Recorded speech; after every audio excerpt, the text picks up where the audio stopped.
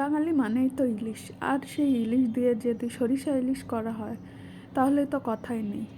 আজকে আমি আপনাদেরকে মাত্র 2টা মশলা দিয়ে মাত্র 10 মিনিটে সরিষা ইলিশ রেসিপি করে দেখাবো, যেটা এতটাই মজা যে বলে বোঝানো যাবে না।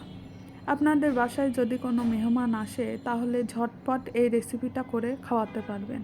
সকলে আপনার প্রশংসায় তো পঞ্চমুখ হয়েই যাবে। হ্যালো ভিউয়ার্স, আসসালামু আলাইকুম, welcome to my cooking channel শখের এসে। তো এখানে একটা ফ্রাই প্যান নিয়েছি। ফ্রাই প্যানে আমি হাফ কাপের মতো বাটা পেঁয়াজ নিয়েছি। অবশ্যই বাটা পেঁয়াজটা ইউজ করতে হবে। 3-4 চামচের মতো সরিষা বাটা নিয়ে নিচ্ছি। এখানে আমি 5 থেকে 6টা কাঁচামরিচ হাত দিয়ে ভেঙে নিচ্ছি। আপনারা চাইলে বেটেও নিতে পারেন, এতে আরও ভালো হবে। এখানে আমি হাফ কাপের মতো সরিষার তেল দিয়েছি। অবশ্যই সরিষার তেল দিয়ে করতে হবে।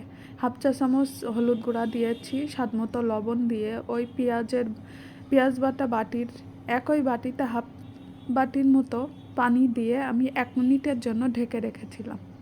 এখন তেলটা উপরে উঠে এসেছে। আমি এখানে 800 গ্রাম ওজনের একটা ইলিশ নিয়েছি। ইলিশটা ভালো করে কেটে ধুয়ে নিয়েছি।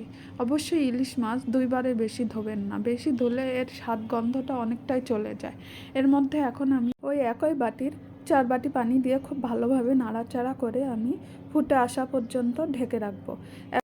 মাছটা অবশ্যই হাই হিটে ফুটিয়ে নেবেন, আর ফোটার সঙ্গে সঙ্গে ঢাকনাটা তুলে ফেলতে হবে, নাহলে মাছটা বেশি সিদ্ধ হয়ে যাবে।